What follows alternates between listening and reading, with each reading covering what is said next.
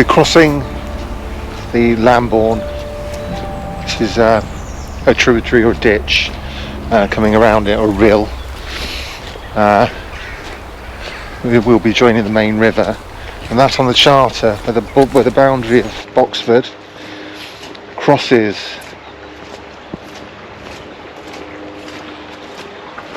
the Lambourn. It's called Clatford, which I believe means Burdock Ford. Anyway, here we go. Here's the river. Oh, it's gushing about.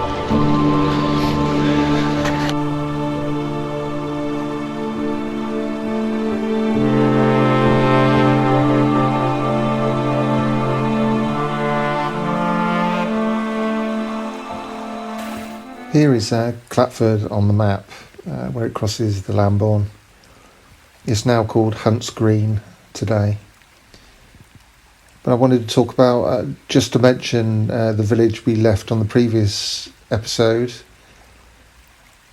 I'd like to correct a couple of things.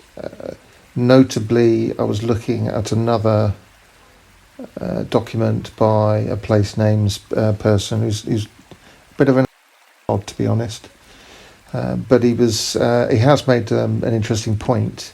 Is why does Lambourn have to be the Claiborne? Why can it not just be the Lambourn, the bourne of the lambs? And he makes a good point. It could be worth exploring that a bit further, but very often where a word ends with a letter and then begins with the second part with the same letter, it gets spelt. The two things glide together. It makes more semantic sense considering the downs around here, well, just further up the Lambourn, are covered in sheep. But I'd also like to mention my narrative on the beginning of the last episode was not as good as I wanted it to be.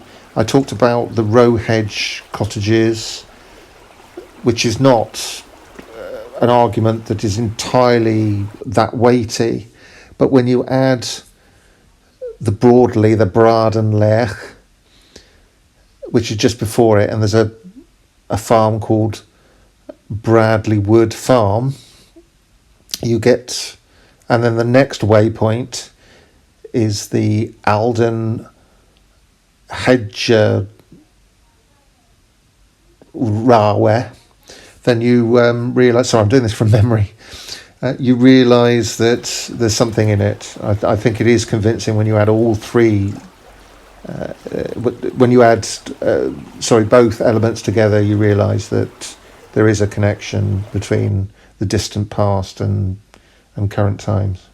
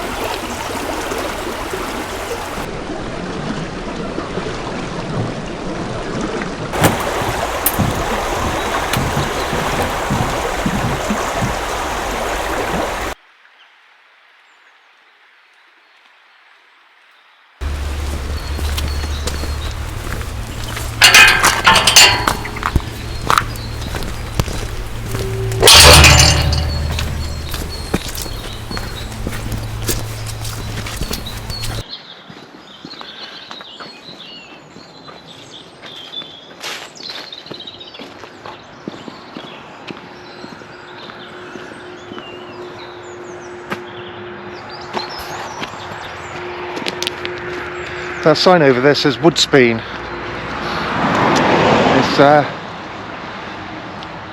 You might recognise the name Speen because it's one of the stations on the Antonine itinerary, a Roman, basically, road map.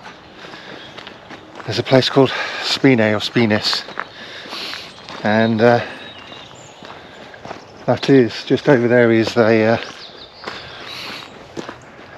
parish. And Wood Speen is part of it, and it was part of the reason I wanted to come here, because of the relationship with the Roman road, the Ermine Way. And I'm getting sort of slightly distracted by other things, so maybe I'll do it another day.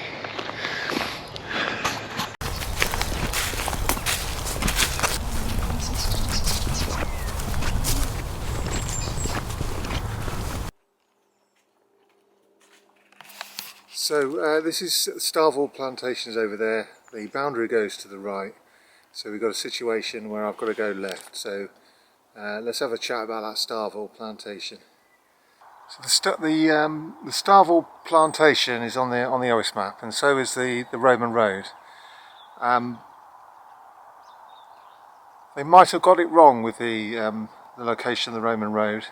Why it can't be on the B4000 is not easy understood, and bearing in mind that the charters could talk about going along further along from here, going along and Lang Hare Path is the warpath. So it could very well be the OS map is wrong. But the Starveall plantation is interesting. It may have been called the Arken Gerfritha, which is the Oak Forth in modern English. But one of the waypoints on the charter. But the word Starveall is interesting because it is one of those code words that we find in old maps, like Cold Harbour, that suggest the places of interest to antiquarians and YouTube hobos like me. So Cold Harbours, it was a statistician did look at how close cold harbours are to Roman items, but since then we found and he concluded that they're not all that close to Roman places at all.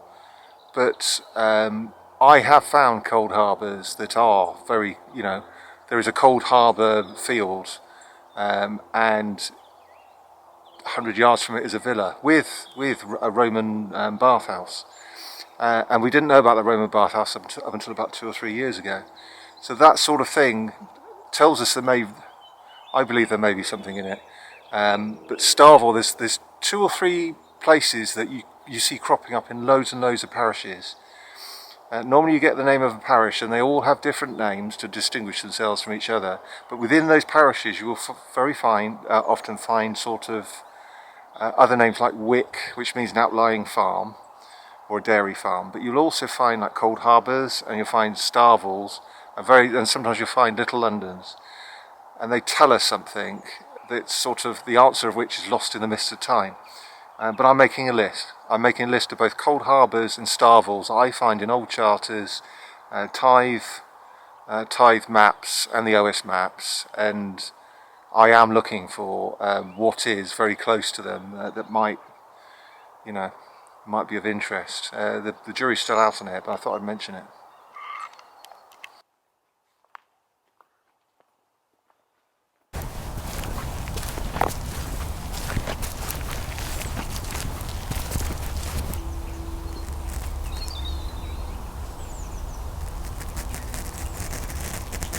So that this might be the Meos Broces. Meos Broces is probably how you would pronounce it. Meos Broces, and it's a significant gully. I mean, they've somebody in the past has built a little tunnel for it, but it certainly has carved out a tiny weeny little ravine. So yes, you would have to ford it. So perhaps we found it. I like to, maybe not. It's sort of it could be in the right direction. But anyway, let's get back home and have a look at the map and see whether or not there's anything in it.